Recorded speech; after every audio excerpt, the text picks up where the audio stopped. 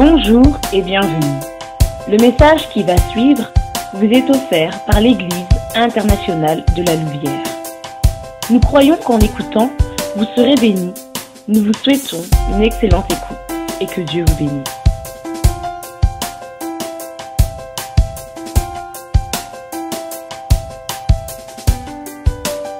Et nous voulons parler aujourd'hui de la consécration. Amen. Pendant que j'étais en train de prier, le Seigneur a commencé à me parler de bénédictions qui s'attachent au service de la consécration. Des choses qui s'attachent à la consécration. Alléluia. Bien aimé, c'est un moment merveilleux aujourd'hui. Je n'ai pas trop de temps et je demande au service protocolaire d'être très strict. Si j'ai des montres, qu'on me montre le papier et j'arrête. Parce qu'on a beaucoup de choses à faire. Amen. C'est un moment exceptionnel parce que des hommes inutiles, des hommes ordinaires vont devenir utiles devant Dieu et devant l'église de Dieu. Des gens qui hier étaient peut-être des malheureux, peut-être des malfrats, peut-être des mafieux, peut-être menaient une vie qui ne glorifiait pas le Seigneur, ont accepté de consacrer leur vie au service de l'église. Et lorsqu'une église comme la vôtre, une église comme celle-ci, parvient à élever ses propres enfants, ça prouve que vous avez fait un grand travail et vous méritez des acclamations. Vous méritez des acclamations. Non seulement des acclamations, mais vous méritez également des cris de joie. Alléluia. Vous méritez des cris de joie parce que réellement, vous avez fait un grand travail. Alléluia. Il y a beaucoup d'églises qui ne parviennent pas à faire sortir des gens. Et il y a aussi beaucoup de fidèles qui ne sont pas prêts aussi à travailler pour le Seigneur. Et si aujourd'hui nous avons des individus qui sont prêts à travailler pour le Seigneur, c'est qu'il y a la grâce de Dieu au milieu de nous. Alors acclamons le Seigneur pour sa grâce au milieu de nous. Le service de ce soir, de ce matin, ne sera pas un service destiné seulement aux consacrés, mais ce sera un service qui va bénir l'ensemble du corps de Christ. Chacun va se retrouver parce que vous êtes les artisans de ce que nous voulons faire aujourd'hui. Le pasteur seul ne peut pas diriger une église, mais grâce à vos conseils, grâce à vos supports matériels, spirituels dans les gènes, dans les veillées, nous avons aujourd'hui des produits qui sont devant nous, que nous voulons présenter au Seigneur. Frères et sœurs, aujourd'hui le Seigneur va déverser une grâce exceptionnelle sur l'église. Le Seigneur va consoler les opprimés, les affligés. Le Dieu du ciel et de la terre m'a parlé et il m'a dit qu'il va mettre une huile de joie, déverser une huile de joie au lieu du deuil. Le Seigneur va réparer les brèches et le Seigneur va élever l'ensemble du peuple de Dieu. Tous ceux qui se présentent devant le Seigneur ont toujours été bénis. Comme Anne, la Bible dit, qui se présenta devant, elle se présenta devant le Seigneur, mais son visage n'était plus la même. Et moi je crois qu'aujourd'hui c'est un jour exceptionnel. Vous savez, avant que je ne lise le texte, je voudrais vous dire ceci. Il n'y a pas de moments très spéciaux dans l'église comme celui de la consécration. C'est un moment où le ciel est mobilisé. C'est un moment où les anges sont mobilisés. Parce que des hommes acceptent enfin de travailler pour le Seigneur. Vous savez, Jésus, lorsqu'il est parti au ciel, il n'est pas allé avec 3 soucis. Il est allé avec un seul souci. Il n'est pas allé avec le souci de l'argent pour l'église. Il n'est même pas allé avec le souci que l'église serait détruite à cause des démons ou du diable. Il n'avait même pas le souci que l'église manquerait de quelque chose. Mais il dit, quand le Fils de l'homme reviendra sur la terre, trouvera encore plus la foi. Est-ce qu'il pourra trouver la foi? Et quand on voit des gens qui se disent, à cause de ce Jésus-là, nous voulons nous consacrer. Nous voulons consacrer nos énergies, nos vies, nos capacités, nos moyens pour le servir. Alors le ciel dit Amen. Le ciel l'accepte. Alléluia. Ce sont des moments exceptionnels. Le deuxième moment qui fait réjouir le ciel dans l'église, c'est lorsque un pécheur parvient à la repentance. Quelqu'un qui écoute la parole, qui finalement ouvre son cœur et reçoit Jésus-Christ.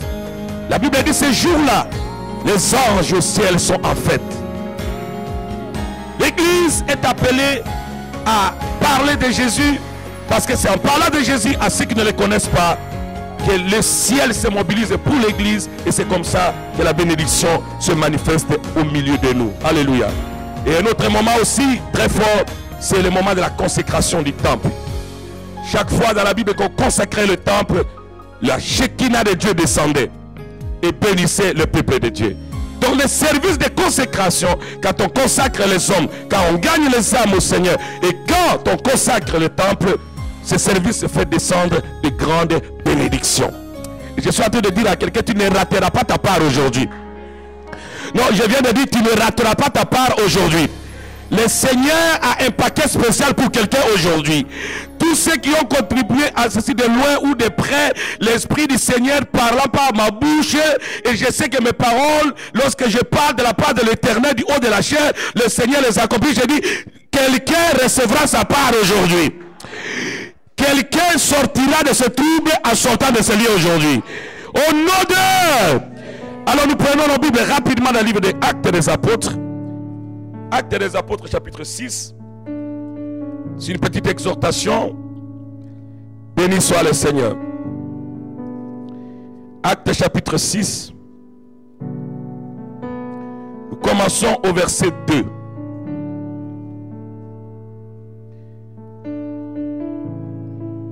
Jusqu'au verset 8.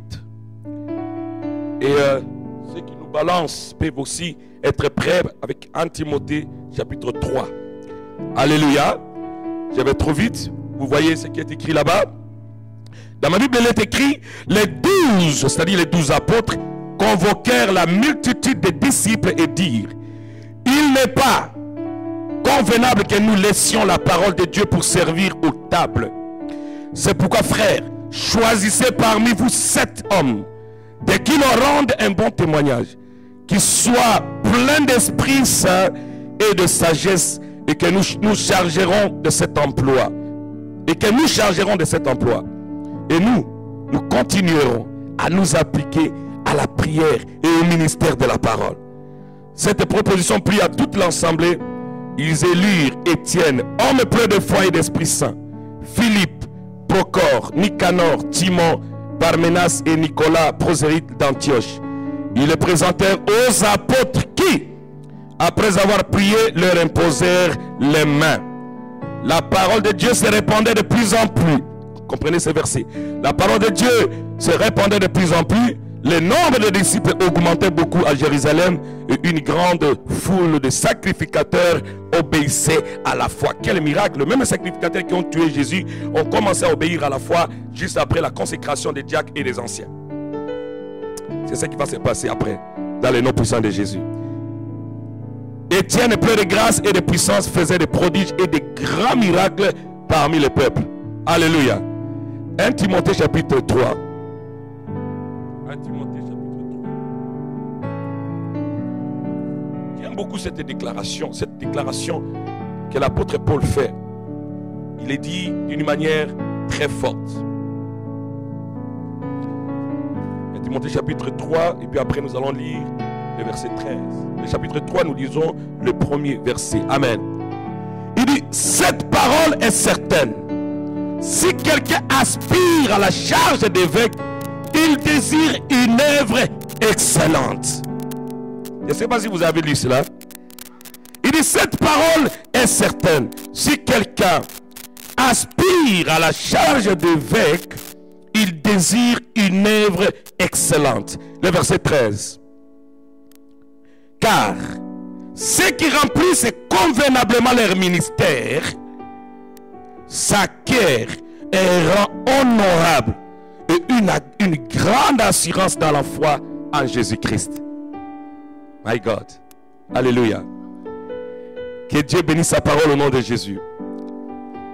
Mes chers amis, comme je viens de le dire, nous avons devant nous aujourd'hui le bien-aimé qui sont là. Je le connais pour avoir été à côté du pasteur. Et le Seigneur a touché le cœur de son serviteur afin de le présenter devant lui et afin que ces gens puissent aujourd'hui être enrôlés dans le service divin. Laissez-moi vous dire que notre Dieu ne travaille pas avec des illégaux. C'est qui est illégal dans les choses de Dieu? C'est une personne qui s'est autoproclamée avant même que Dieu ne le proclame. Et la proclamation de Dieu s'est faite au travers d'un individu. Quel que soit ce que Dieu veut te donner, il utilisera une autre personne afin de te les communiquer. Cela s'est passé depuis très longtemps dans le temps de notre bien-aimé Moïse. Dieu dit: dressez-moi une tente, un tabernacle dans lequel je vivrai. Je serai dans ce tabernacle-là et je serai au milieu de vous. Le Seigneur avait donné alors les détails de ce tabernacle-là. Comment le tabernacle serait. Alors personne ne savait que le Seigneur avait aussi besoin d'individus, des hommes ordinaires qui devraient aussi faire le travail dans ce tabernacle-là. Et qu'est-ce qui va se passer? Après qu'il ait donné à Moïse le modèle du tabernacle, il va lui dire: alors Moïse, j'ai besoin d'individus. Prends Aaron ton frère, approche-les auprès de moi. Prends ses fils et tu vas prendre l'huile. Tu vas les consacrer à mon service. C'est-à-dire, je ne veux pas qu'ils travaillent comme des illégaux, mais je veux que par le service que tu feras, je les connaisse comme mes serviteurs dans le sacerdoce. Mes chers frères et sœurs, le sacerdoce est un terrain très dangereux. Parce qu'on n'est pas en train de travailler seulement avec le Saint-Esprit, mais nous avons également les anges avec nous. Et tous les anges n'ont pas le même comportement. Il y a des anges qui sont des anges violents, mais il y a aussi des anges qui sont peut-être des anges patients. Il y a des anges comme Gabriel qui apparaît à Zacharie et qui parle à Zacharie des choses qui devraient lui arriver. Et Zacharie doute à la parole de l'ange. Et l'ange frappe Zacharie directement du mutisme. Zacharie ne pouvait plus parler. Alléluia. Et nous voyons Zacharie qui va parler juste après la naissance de Jean-Baptiste. Amen. Cela veut dire que le simple fait qu'on se met ici devant, le simple fait que nous parlons de la part de Dieu ici devant, ce n'est pas un sujet de gloire, mais c'est une responsabilité. Et on ne peut pas y entrer si on ne nous intronise pas. Dans les choses de Dieu, on ne s'autoproclame pas, mais on intronise la personne. Quels que soient les dons et les talents que tu as, laisse-moi te dire, il faut que quelqu'un que Dieu a oint, avant toi, qui est un ancien avant toi, il faut que cette personne s'élève pour te prendre et te donner, te mettre dans une place. C'est à partir de ce moment-là que le ciel va t'écrire sur la liste des serviteurs et des servantes de l'Éternel. Jésus-Christ nous donne une parabole sur la fête, une fête organisée, un mariage. Il appelait des hommes et des femmes de tous genres, des amis, des millionnaires qui devraient venir. Et chacun a commencé à donner des excuses. Et personne n'était venu. Alors il va changer de stratégie. Il dit: allez dans la rue, prenez-moi les malades. Prenez-moi les roumains qui sont dans la rue. Tous ceux qui dorment dans la rue, prenez-les-moi. Prenez-moi les clochards, les SDF, tous ces gens-là. Les malades, tous ces gens-là qui n'ont pas de valeur. Et amenez-les ici. Alléluia. Et ce que j'aime le Seigneur, c'est quoi? C'est que bien qu'il ramasse les gens qui étaient sales dans la rue, sachant bien qu'ils vont participer dans sa gloire, il ne va pas le laisser avec les vêtements du dehors. Il va coudre pour eux les vêtements de fête. Un habit de joie. Ah, quelqu'un sera habillé aujourd'hui en sortant d'ici. Alléluia. Et la Bible dit qu'ils étaient tous habillés de ces vêtements-là. Mais il s'est trouvé au milieu d'eux une personne bien habillée. Une personne, un intellectuel, qui a un français extraordinaire. Un homme qui avait la maîtrise des mots, des vocabulaires, des points et des virgules. Un homme qui se confiait en lui et qui disait: ma présence est celle qu'on vaincra le maître de la fête. Et il est venu en ayant confiance en lui. Mais voilà ce qui va se passer. Le maître de la fête, qui avait besoin des gens, qui cherchait des invités, et qui était en crise des invités, ce maître de la fête dit, ok, c'est vrai que j'avais besoin d'invités, mais là, toi, tu n'es pas habillé en vêtements de noces. Je ne te connais pas. Tu dois sortir dehors. Alléluia. C'est la même chose dans le ministère. Lorsqu'on entre dans les choses de Dieu, sans un mandat, sans être intronisé par une personne qui est comme le surintendant de Dieu, à l'occurrence votre pasteur, vous êtes un illégal aux yeux de Dieu. Si un militaire entre dans l'armée et qu'il combat, même s'il a gagné tout ça, la guerre, tout ça, s'il n'est pas enrôlé d'abord, ce qu'il a fait, il sera d'ailleurs considéré comme un bandit. Quel que soit ce qu'il avait fait, on le prendra comme étant un illégal. Alléluia. Voilà pourquoi Dieu procède par la consécration. Parce que c'est un service qui parle beaucoup aux yeux de Dieu, parce que on ne pousse pas quelqu'un à le faire, mais la personne elle-même est convaincue de son appel, de l'amour qu'il a pour le Seigneur. Il sait lui-même de l'intérieur de son cœur qu'il est appelé à servir le Seigneur, et cette personne en âme et conscience prend l'engagement devant Dieu et devant les hommes. Et à partir de ce moment-là, les anges disent Amen. N'oubliez jamais, jamais, là où nous sommes en ce moment, nous ne sommes jamais seuls. Il y a des anges. Le jour où Dieu vous ouvrira les yeux, même pour venir à l'église, vous changerez votre façon de venir. Parce que les anges arrivent toujours avant que tout le monde n'arrive.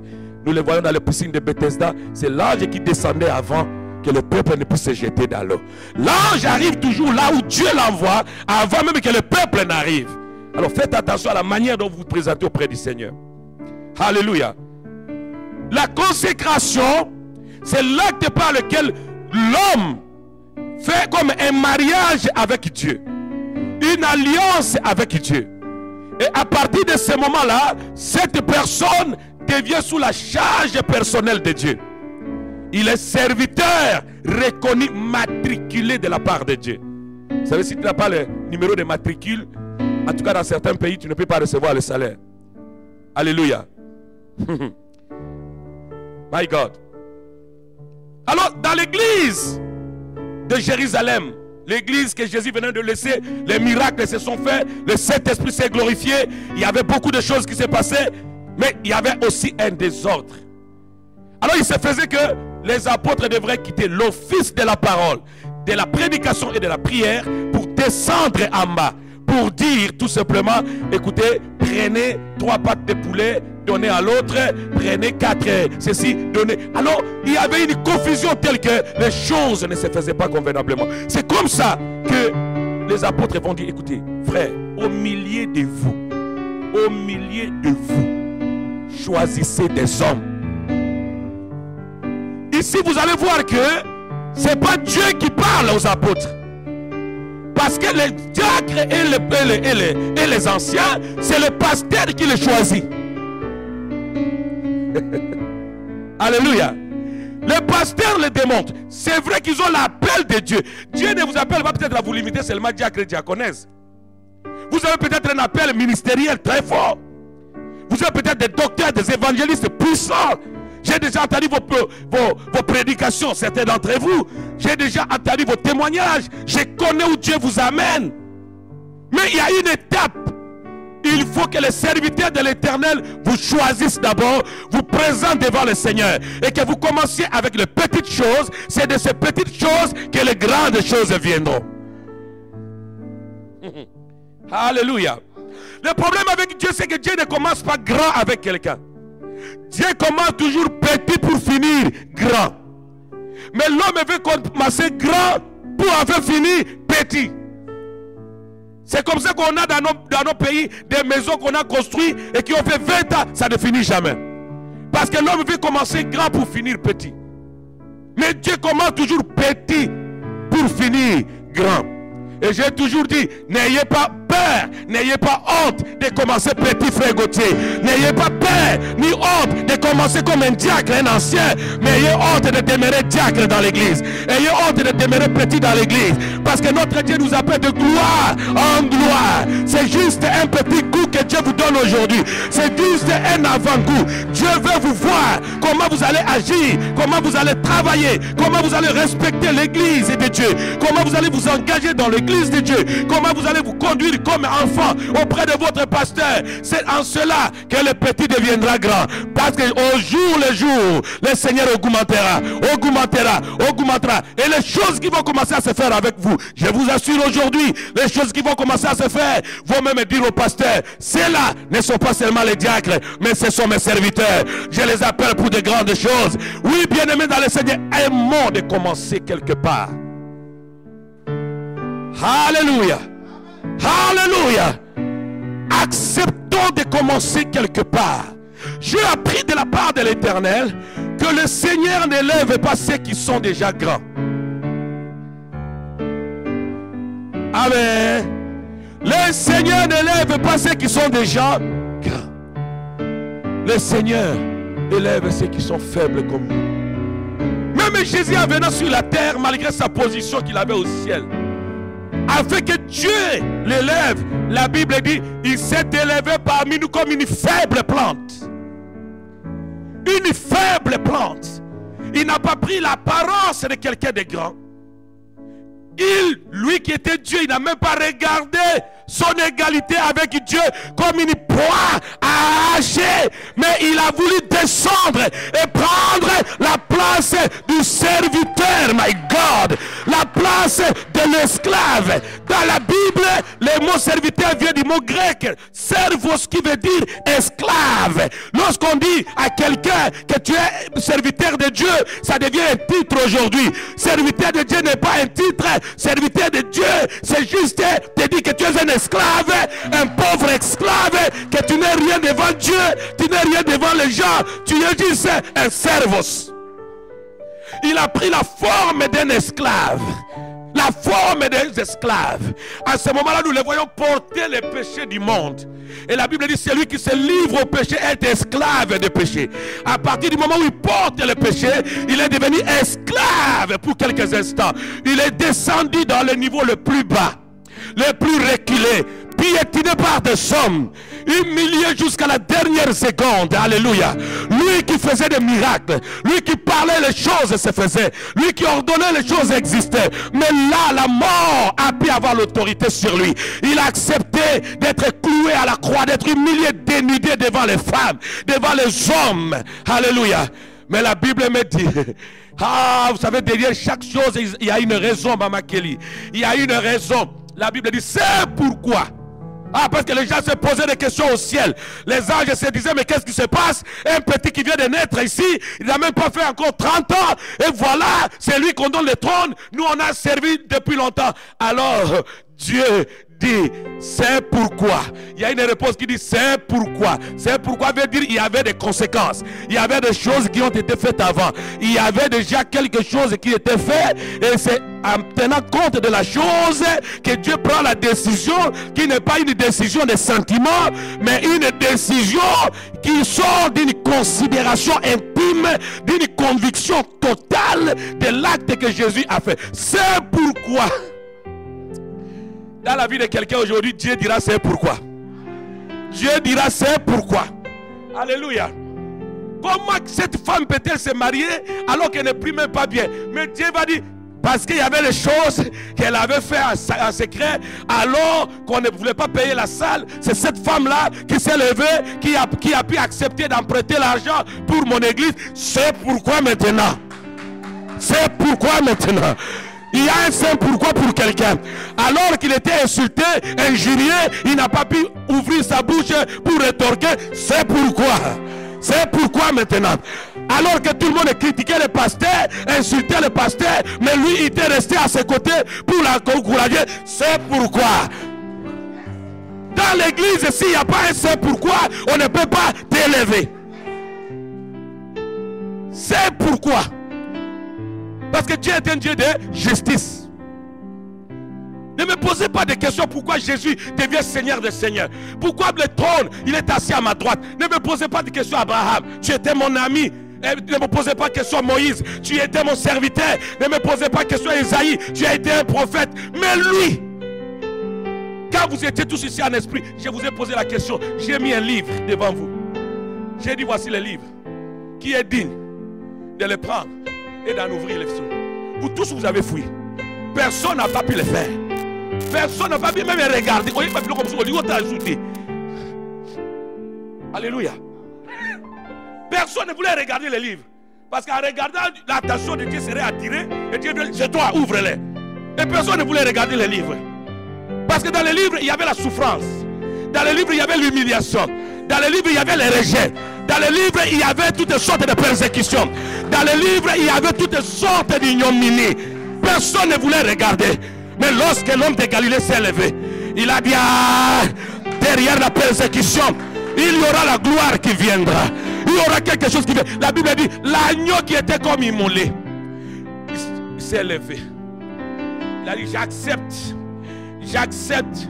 C'est difficile. Mais je sais mon Dieu ne m'abandonnera pas. Alléluia. L'Éternel est mon papa. J'ai...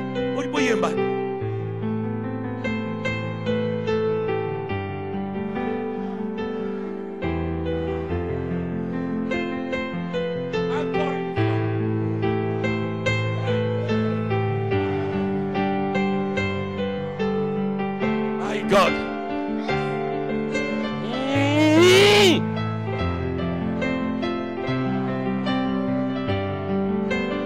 Hey! Il dit, je sais que mon Rédempteur est vivant. Ah, je sais qu'il est vivant. Lui, rien ne peut le dompter. J'accepte de mourir, mais là, il aura le pouvoir de me ressusciter. Et il prend le livre avec ses problèmes, avec ses persécutions. Et il ouvre à ce moment-là, il signe son arrêt de mort. C'est pourquoi.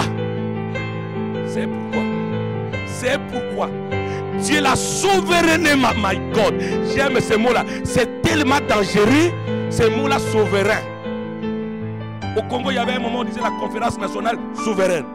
C'est-à-dire élevé au-dessus de tout. Et tout le monde est au-dessus de la conférence. Les décisions sont exécutoires et opposables à tous. Alléluia. Alors, c'est-à-dire que d'une manière souveraine, sans poser la question à qui que ce soit, Dieu l'élève et dit, c'est vrai que j'avais donné un nom. Je t'avais donné un nom que tes parents t'avaient donné. Mais aujourd'hui, je commence d'abord à t'élever par rapport à ton nom. Il lui a donné un nom qui est au-dessus de tous les noms. Que ce soit Abraham, ce nom ne signifie rien devant Dieu. Devant le nom de Jésus. Que ce soit Isaac, ce nom ne signifie rien devant le nom de Jésus. Dieu a donné à Jésus un nom plus puissant, plus grande dignité, en onction, en exécution, en miracle. Savez-vous que lorsque Dieu veut te bénir, il te donne un nom. Il dit à Abraham, je te bénirai, je ferai de toi, mais je rendrai ton nom grand. La grandeur du nom n'est pas pour les gens qui sont déjà grands, mais les gens qui sont simples. Moi ici, mon nom frère, c'est difficile de trouver dans mon pays. C'est difficile. J'ai fait des recherches pour aller trouver cette famille-là. Mais bon, gloire soit rendue à l'Éternel. Alléluia. Bénissez le Seigneur. Bénissez le Seigneur. Bénissez le roi de gloire. Alléluia. Quand Dieu veut te bénir, il te donne un nom. On parle de Kelly. On parle. C'est toi à qui j'ai donné la charge de la prière. Tu vois ce que Dieu peut faire, madame. Ah, mon Dieu ne ment pas. Regarde où tu es aujourd'hui. Tu vas recevoir un nom. Ce nom-là, ce n'est pas le nom que les gens donnent. Nous, on vous appellera diacre, mais Dieu vous appellera un autre nom. Ces noms-là, les anges les confesseront. Les anges le diront. Dieu a donné à Jésus un nom au-dessus de tout le nom, à tel point qu'au nom de Jésus, quel que soit ton nom, tes genoux fléchiront. Tes genoux fléchiront. Ton Ta bouche confessera que Jésus est Seigneur. À la gloire de qui? Du Dieu le Père. Pourquoi? Parce qu'il s'est fait petit afin de devenir grand. Gloire au Seigneur. C'est ça un peu le problème qu'on a. On a mal de commencer petit. On veut imiter les autres. Mon frère, j'ai toujours dit, moi je ne travaille pas sous pression. Chacun à son tour. Si aujourd'hui c'est le tour de papy, c'est Dieu qui a vu son cœur. C'est Dieu qui a parlé à son serviteur. Le jour où tu atteindras un autre niveau, ça sera ton tour. Alléluia. Aujourd'hui ils sont là, demain ça sera toi. J'ai pris le Seigneur que ça soit toi. J'ai dit, j'ai pris le Seigneur que ça soit toi. J'ai pris le Seigneur que ça soit toi. Et des fois, tu ne seras pas peut-être à leur niveau, peut-être tu peux les dépasser. Tout dépend du mouvement de ton cœur. Ainsi, on a choisi des hommes parmi le peuple. On a amené ces hommes auprès des apôtres. L'église, ici, ce n'est pas Dieu qui élit, papa. Mais ce sont le peuple de Dieu qui a dit, lui, ça va. Lui là, lui là, lui là. Cela veut dire quoi? Cela veut dire, mon frère, ma soeur, que vous n'êtes pas plus grand que ce peuple. Mais si ce peuple est venu nombreux, c'est parce que dans leur cœur, ils se disent que vous méritez quelque chose. Dieu nous envoie auprès du peuple. Si alors le peuple ne nous aime plus, pourquoi on le sait? Alléluia. Quel que soit le niveau d'onction que Dieu peut te donner, il te donne pour le peuple. Amen. C'est pourquoi Paul dit, nous ne nous prêchons pas nous-mêmes. Nous prêchons Jésus à qui? Au peuple. Ils amenèrent ces gens-là sans savoir que ces gens-là étaient des grands. Et vous savez ce qui va se passer? Les apôtres vont les imposer des mains. En regardant ce texte, vous allez voir que leur tâche était de distribuer la nourriture. Ils avaient accepté ça. Mais pour Dieu, ce n'était pas pour la nourriture. C'était pour Biloko Anzoto Sala. C'était pour que quelque chose de grand se fasse. Alléluia! Et la Bible dit, après l'imposition des mains, quelque chose va se faire. L'église va connaître un temps de croissance extraordinaire. Mon frère, ma soeur, tu es là pour compléter ce que le pasteur n'a pas. Si vous croyez, ou si le pasteur croit qu'il a tout, excusez-moi, tu te trompes. Tu n'as pas tout. C'est que tu n'as pas quelqu'un là. Dieu ne peut pas tout te donner, Dieu ne peut pas tout me donner. Dieu fera en sorte que toi, tu manques de quelque chose et que ce soit quelqu'un d'autre qui va l'ajouter. C'est pourquoi à nous la Bible déclare que dans l'homme, pour créer la femme, on a levé une côte. Et là-bas, la côte manque toujours. Cette côte-là qu'on a fabriquée, la femme représente l'église. Pasteur, il y a un vide en toi que seule l'église peut combler. Il y a des choses que Dieu a enlevées de toi. Il veut te laisser comme ça. Il a besoin que seul Gauthier les fasse. Même si toi-même tu fais des efforts, tu ne pourras pas. C'est pour Gauthier. C'est pourquoi vous allez voir dans nos églises, les gens ne comprennent pas. Dès l'instant où on dit, frère, c'est toi qui diriges l'intercession. C'est toi qui as ces dons. C'est toi qui as la chose.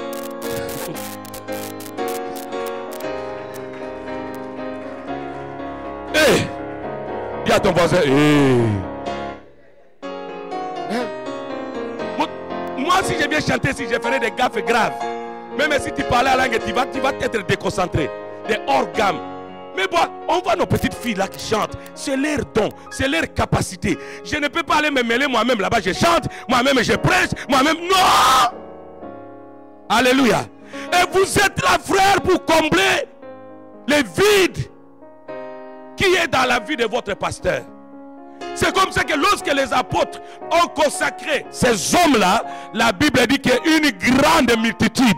Quand la Bible parle de grande, ça veut dire grande. Une grande multitude s'ajouta à l'église. Pourquoi? Parce que d'autres personnes ont déployé leurs capacités, leurs talents. À tel point qu'un homme comme Étienne, la Bible dit que cet homme faisait de grands miracles. Il n'était qu'un diacre, frère, mais il faisait de grands miracles et de grands prodiges au milieu du peuple. C'est-à-dire, Pierre dormait chez lui à la maison calmement, mais dans un coin de rue, Étienne était en train de faire des miracles et les foules s'ajoutaient de plus en plus. J'ai pris le Seigneur, que Dieu vous utilise de plus en plus d'une manière forte sous l'onction de votre Père et que vous ameniez des foules dans l'œuvre de Dieu. Alléluia. Le but de Dieu, c'est que nous soyons comme lui, mais c'est que nous faisions plus que lui. Celui qui croit à moi fera des choses que j'ai faites et il en verra de plus grands. Jésus a laissé la porte ouverte. Alléluia. Et ces gens ont fait de grandes choses. Juste tout en état diacre ancien. Et l'apôtre Paul dit, si quelqu'un alors aspire à la fonction de l'évêque, de l'ancien, c'est vraiment un acte extraordinaire. C'est vraiment important. Il n'a pas cherché à être bourgmestre des communes de Louvière, mais il a cherché seulement à être un ancien. Ce qui va dire que les choses de Dieu, on doit aussi les aimer. On doit aspirer. Il y a des gens, tu lui dis seulement nous avons formation, mais la formation devient comme la déformation. Il ne vient pas. Tu es derrière le frère, on a la formation. Non, mais moi je verrai. Frère, la formation, c'est important. La Bible dit, si tu rejettes la connaissance, Dieu te rejettera. Parce que j'ai chassé certains démons dans la vie, ils ne partent pas. Parce qu'il n'y avait pas un problème de démons. C'est un problème du rejet de la connaissance. Quelqu'un a rejeté la connaissance, Dieu l'a rejeté. Toi tu penses que ce sont les démons, mais non. Son problème c'est de retourner à la recherche de la connaissance. Alléluia. Paul dit mais à Timothée, Timothée, si tu vois quelqu'un comme ça, non, Timothée, ne le laisse pas. Il utilise un terme que j'aime beaucoup. Il dit, il désire une œuvre excellente. Il n'y a pas une œuvre plus excellente comme l'œuvre du Seigneur. Vous comprenez? Il n'y a pas une œuvre excellente comme l'œuvre du Seigneur. Servir le grand roi, le roi de justice. Même si on ne le voit pas, mais nous savons qu'il est là. Même si les gens ne nous acceptent pas, mais nous savons que nous sommes dans les vrais. Même si aujourd'hui ça ne marche pas, mais nous savons que demain ça ira. Même si aujourd'hui notre onction n'est pas acceptée, mais nous savons que les temps viendront où les gens eux-mêmes nous chercheront. Parce qu'on ne peut pas servir ces rois et rester inconnu. C'est un roi qui est grand, il aime la grandeur, il fait que ses enfants soient aussi grands. Il désire une œuvre excellente. Car, verset 13, ceux qui remplissent convenablement, écoutez les mots, pas ceux qui remplissent leur ministère, mais ceux qui remplissent convenablement, c'est-à-dire d'une manière ordonnée, c'est-à-dire selon la vision donnée. Ceux qui sont dans la vision de l'homme de Dieu, qui font le travail comme il faut faire. Tu vois, comme je t'avais demandé 70 semaines de prière, c'était comme une blague, hein? Mais c'est à cause de ça que tu es là devant les gens. Alléluia. Ceux qui remplissent convenablement leur ministère, la Bible dit, ils acquièrent. S'acquièrent un rang honorable. Un rang honorable devant qui? Pas seulement devant les hommes, mais devant les anges de Dieu. Jésus dit, celui qui aura honte de moi devant les hommes, j'aurai honte de moi devant les pères et devant les anges de Dieu. Alléluia. Cela veut dire que Dieu t'élève dans le lieu céleste. Écoutez-moi bien. La première élévation n'est pas ce que nous voyons avec nos yeux, mais ce qu'on ne voit pas. Car ce sont des choses invisibles qui dominent sur les visibles. Alléluia. Ce sont les choses invisibles qui dominent sur les visibles. C'est comme ça que la Bible dit, ce sont les choses que l'œil n'a point vues, l'oreille n'a point entendu, qui ne sont même pas montées dans le cœur de l'homme. Ce sont des choses que Dieu a préparées pour ses enfants. Et que c'est l'Esprit qui révèle tout, même les profondeurs de Dieu. Alléluia. C'est-à-dire, le Seigneur va te moindre dans le monde spirituel. Il va te proclamer comme un prince. C'est-à-dire, quand les démons te voient, ils savent dans cette maison-là, il y a un prince qui est assis, qui vit là-bas. Mon frère, qui es-tu d'aller attaquer les princes de ce pays? Tout simplement parce que tu es en train de servir Dieu d'une manière convenable. Faites attention à ces deux choses dont j'avais dit. Église, après la consécration, d'après ce que nous avons vécu nous autres, il y a une période où Dieu veut éprouver la foi de chacun. Cette période-là, Dieu peut laisser le diable. Qu'est-ce que j'ai dit? Il vous faut alors une foi fidèle. C'est-à-dire qu'il faut s'attacher au Seigneur. Que ce soit les consacrés, que ce soit l'église tout entière. Parce qu'après un grand travail comme celui-ci, nous allons manger, nous allons acclamer le Seigneur. Mais il n'y a qu'une seule personne qui ne sera pas content, le diable. Et le seul moyen pour se venger de ça, il doit venir attaquer. Et des fois, Dieu laisse le diable attaquer. Ce qui va vous sauver, c'est votre attachement au Seigneur. Alléluia. Comment on s'attache au Seigneur? En suivant sa vision. En restant fidèle dans la parole qu'il nous donne. Alléluia. Tu dis que tu as la foi, maman. Cette foi dont tu prétends avoir, c'est toi qui dis que tu as la foi. Ce n'est pas Dieu qui dit que tu as la foi. Ce n'est pas Satan qui dit que tu as la foi. C'est toi qui dis que tu as la foi. Dieu saura que tu as la foi quand ta foi sera éprouvée et qu'elle ne passera pas à l'épreuve. C'est après là que Dieu appellera ta foi foi. C'est toi qui dis que tu as la foi, mais pas Dieu. Mais pour que Dieu dise que tu as la foi et qu'il te bénisse par rapport à ta foi, il doit l'éprouver. C'est après l'épreuve que alors Dieu va dire il a la foi. C'est toi qui acceptes d'être consacré, maman Kelly. Hein, frère papi? Ça c'est toi. Mais des fois Dieu dit non. J'accepterai que tu es consacré quand je te ferai passer par l'épreuve. Et si tu sors victorieux de cette épreuve, alors je te déclarerai consacré. Est-ce que quelqu'un comprend ces choses? Est-ce que quelqu'un comprend ces choses? Est-ce que tu comprends ces choses? Alléluia. Lève ta main et dis Seigneur Jésus, délivre-moi de la tentation. Aide-moi à passer avec succès l'épreuve de ma foi. Au nom de Jésus. La foi de chacun sera éprouvée. Amen. Alors vous allez voir qu'est-ce que les choses vont se passer. Dieu peut permettre même quelqu'un qui est consacré de commettre une erreur. Et voilà l'église. Hey, pasteur, si nous écoutons, tu vois, on lui a dit, frère, entre nous, ces gens sont des gens ordinaires. Ils ont le sang, l'eau, les besoins, tout ce qu'on a besoin. Nous tous, on mange les entrecôtes de marcassins. Nous tous, nous mangeons ces choses. C'est-à-dire, nous sommes des humains. Mais Dieu les met dans une position. Ne leur donnons pas une croix que nous ne sommes pas à mesure de porter.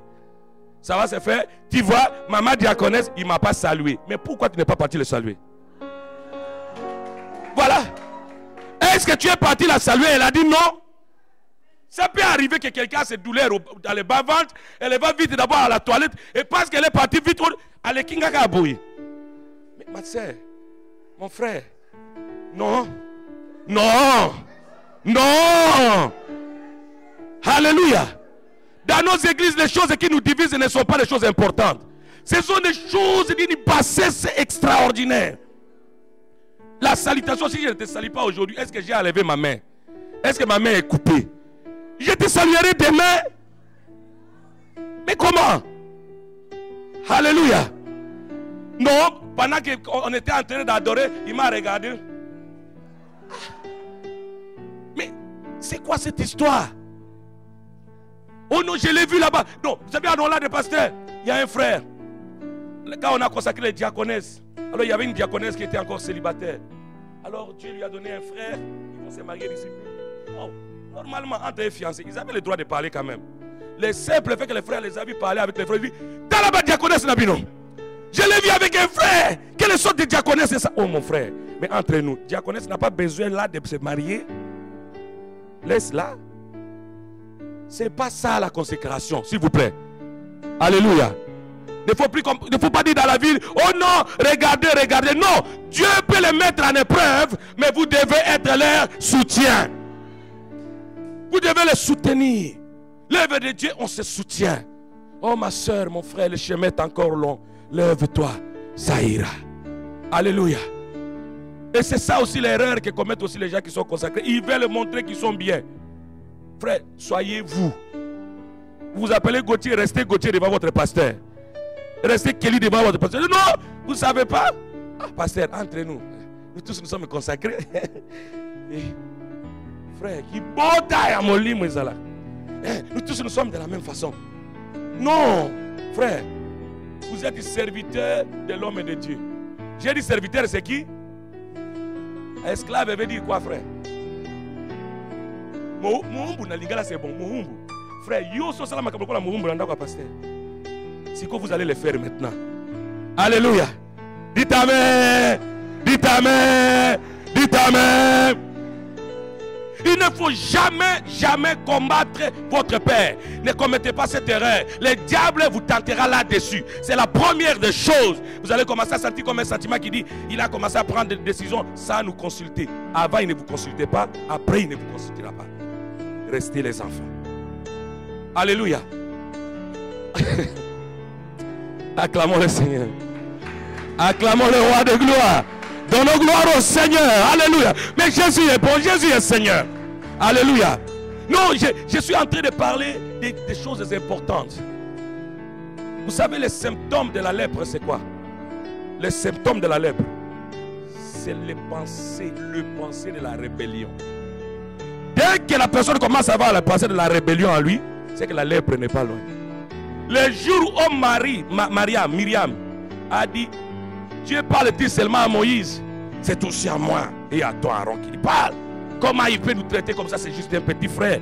Il ne savait pas que la lèpre n'était pas loin. Elle finissait de frapper. Bah! La lèpre. J'ai dit, allez, mettez-les d'abord en dehors du camp. C'est ainsi qu'on a des gens qui sont là. Ils prient, mais ils sont en dehors du camp spirituel. Vous les voyez dans l'église, mais spirituellement, ils ne sont pas dans l'église. Parce que leur rébellion les a frappés. Faites attention, il y a une lèpre spirituelle. Obéissez seulement à votre pasteur. Aimez-les. Amen.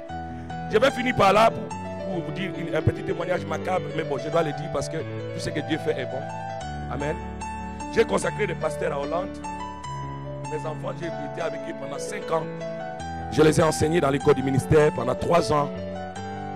Et on était vraiment une famille. Ils ont fait des vœux, ils ont dit des choses. Nous resterons fidèles devant tout le monde. Les gens ont juré.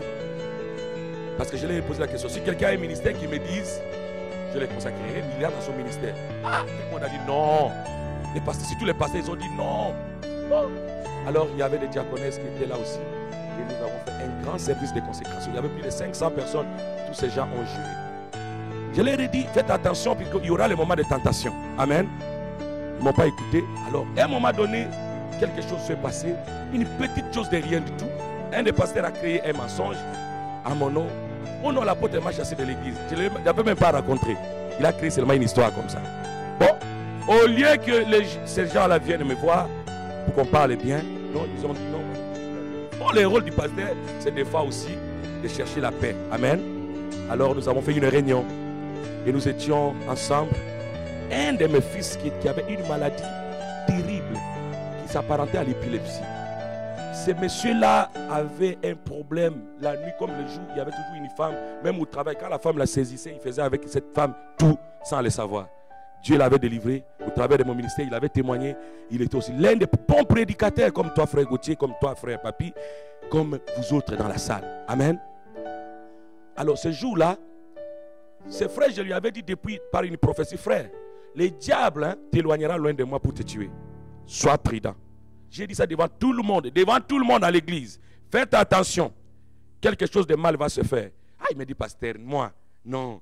Moi, je t'aime. Tu vas ramasser des riens. Regarde où nous sommes. Vous savez, les gens qu'on ramasse aussi des riens là, ils sont aussi trop dangereux. Quand ils deviennent quelque chose. Que Dieu nous aide. Que c'est le Dieu ramasse les gens. Hein? Acclamons le Seigneur. Alléluia. Gloire au Seigneur. Alors quelque chose se passe. Avec ce frère, quelque chose se passe. Quelque chose se passe. Le jour de la réunion, tout le monde parlait calmement. Je disais, frère, écoutez, je suis votre papa. Je disais ce que j'ai dit, je suis votre papa. On va trouver les choses. Non, tu n'es pas notre papa. La Bible dit, vous n'avez pas de père. Que personne n'appelle quelqu'un père sur la terre. Qui es-tu? Tu te prends pour qui? Oh, frère, ça arrive. Dans 2 minutes, ça a dégénéré. Hein. J'ai vu quelqu'un les échanger. Mais il voulait me frapper. Et le Saint-Esprit, donc je était sur moi, le Saint-Esprit me dit, ne dis rien à ce moment-là, sors. Je suis sorti, j'ai pris ma femme, nous sommes sortis. Et le frère m'a lancé un défi. Tu penses que tu es qui? Dans ce pays, on ne parle que de toi, tu penses que tu es toi, il a parlé. Nous aussi, nous sommes des serviteurs de Dieu. Nous avons des révélations plus que toi. Dieu m'utilise, toi mais tu sais. Nous sommes tous, il a parlé des choses et il a dit la dernière phrase. Si tu es réellement mon papa, que je dorme et que je meurs dans mon lit. Je dis, ah bon? Je dis, j'ai dit, frère, qui te soit fait, c'est ta foi. Voilà, je suis parti. 3 mois après, comme Dieu voulait confirmer que dans l'église il y a des fils et des pères, Dieu ne pouvait pas nier sa parole.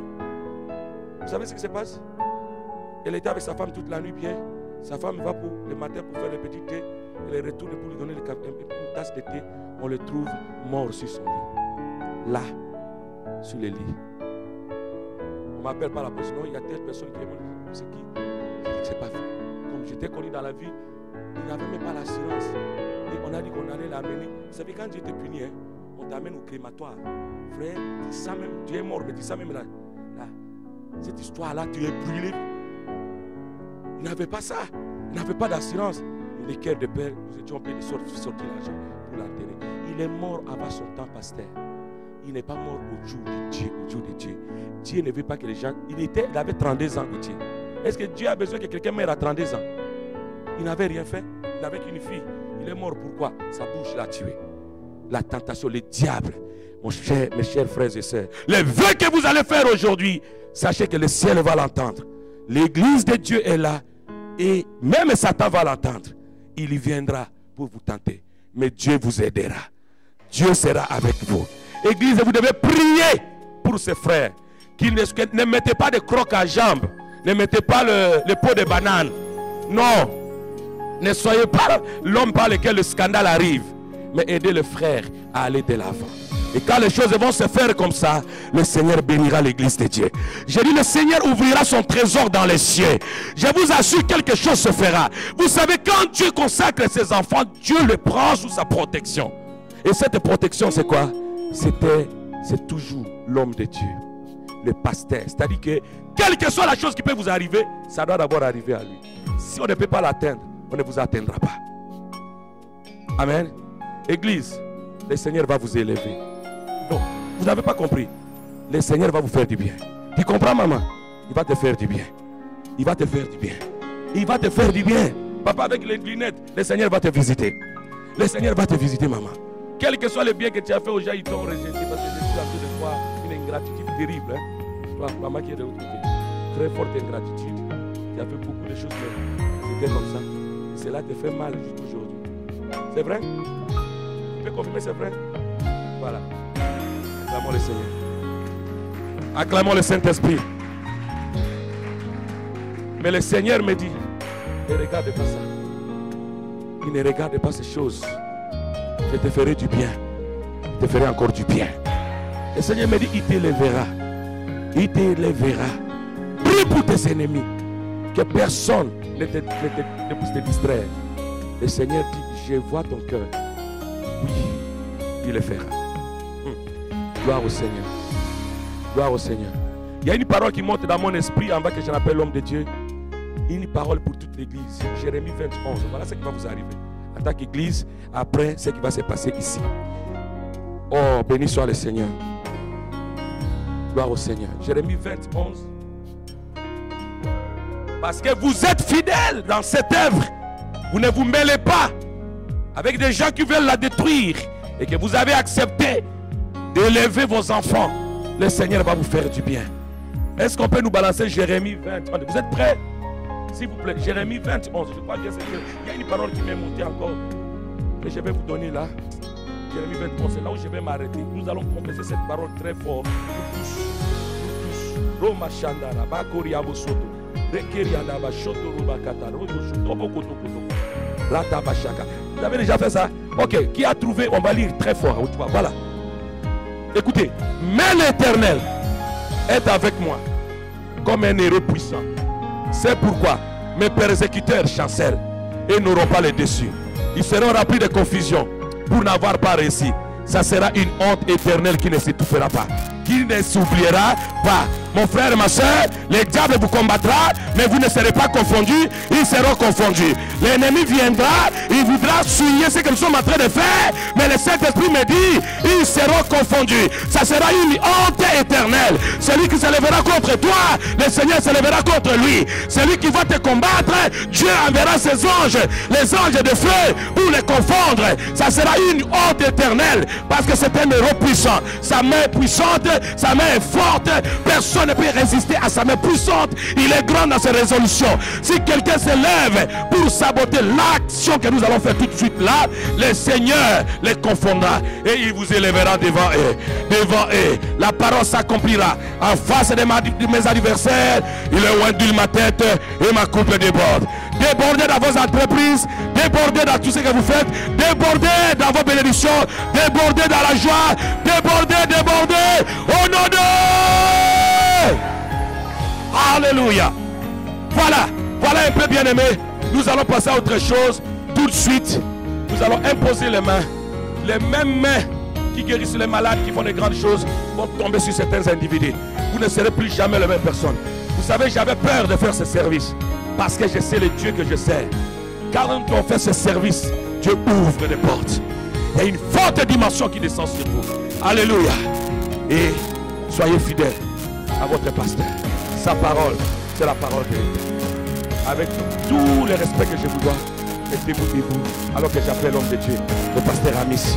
Et on acclame le Seigneur très fort.